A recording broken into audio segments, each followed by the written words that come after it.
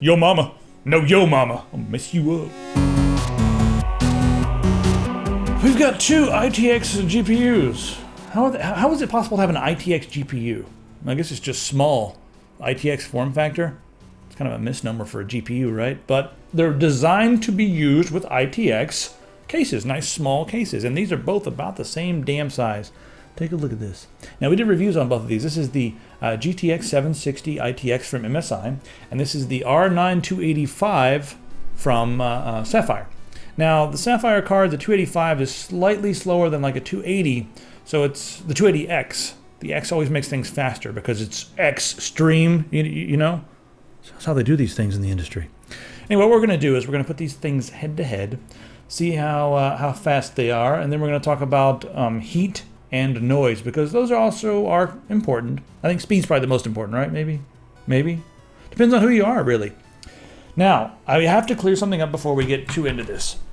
A GTX 970 ITX just came out from Gigabyte. That spanks these guys. It bends them over their knee and just spanks their butts, their behinds, their gluteuses. Just spanks them. This looks like I'm like getting down, yeah. That card spanks him, but it's also like $100 more, so we're gonna have to call this like the mid-range ITX GPU shootout. All right, so right here on the Sapphire R9 285 ITX, if you're too lazy to watch the video, it's a 928 megahertz core clock, 1792 stream processors, and the memory is effectively 5500 megahertz. Now, on the NVIDIA GTX 760, the core clock is 1033, the boost clock goes up to 1098, and there are 1152 CUDA cores, and the memory is clocked at 9 megahertz. You should go watch the video because I forgot to write that down. All right, now let's go and just talk about benchmarks because that's what matters. All right, in BioShock Infinite, between these two cards, it is pretty much a tie, like really neck and neck. The one thing I will say is that the GTX 760 had slightly better frame times, but not by much, only a little bit. We're doing all this in maxed out 1080p, which is probably what you're going to want to run your stuff at. All right, moving on to Lich and Battlemage CryEngine 3 game, and you know, I do want to say this really favors the AMD stuff because it's got the AMD logo that pops up when you first start the game. So, of course, the AMD wins by a hefty margin. We're talking 41 average on the GTX 760 all the way up to like 62.64. So AMD optimized. There you go. Moving on to Thief, another game that is AMD optimized as well. I think I picked too many AMD optimized games, and the hate mail is going to start rolling in. Yep. All right, so in the game Thief, it's about a tie when we're running DirectX. It's pretty much another tie. And again, we see the 760 with slightly better frame times. But when you turn Mantle on, it goes from 39 FPS up to 48.9 FPS. So when Mantle's turned on, it's another spanking. All right, last game that we decided to test was Trine 2, and that's an indie game that doesn't really favor one or the other. And there we see the 285 pulling ahead by about 11 frames per second. So a decent win there for the 285. Overall, with all the speed and all the different games we looked at, the GTX 760 didn't win many categories. Even in a lot of the other games that we didn't test, it doesn't win in many categories. Here and there, some of the NVIDIA optimized games, also Metro, it seems to do better in Metro compared to this card.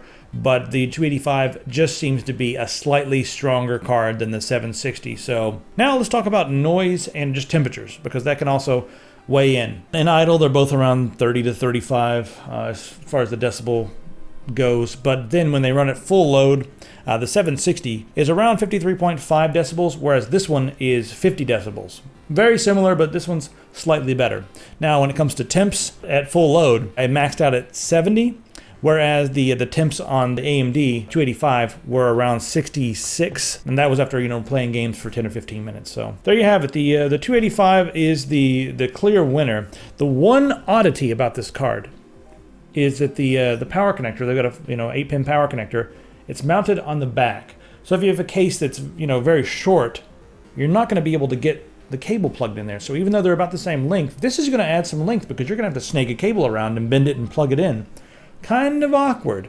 And as you can see here with the 760, it's right there on the top. And again, we have the 8-pin power connector right there. So I think that's more convenient in my opinion, and it'll work with more configurations, but it's up to you. Whatever works in your happy little world, you can just do it, man.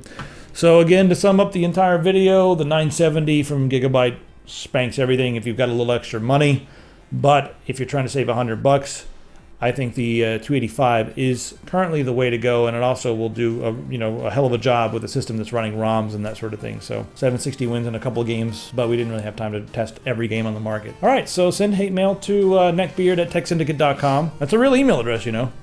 Neckbeard@techsyndicate. We set it up just for you haters out there, and I do read it. I'll see you guys in the comments, preferably on the website.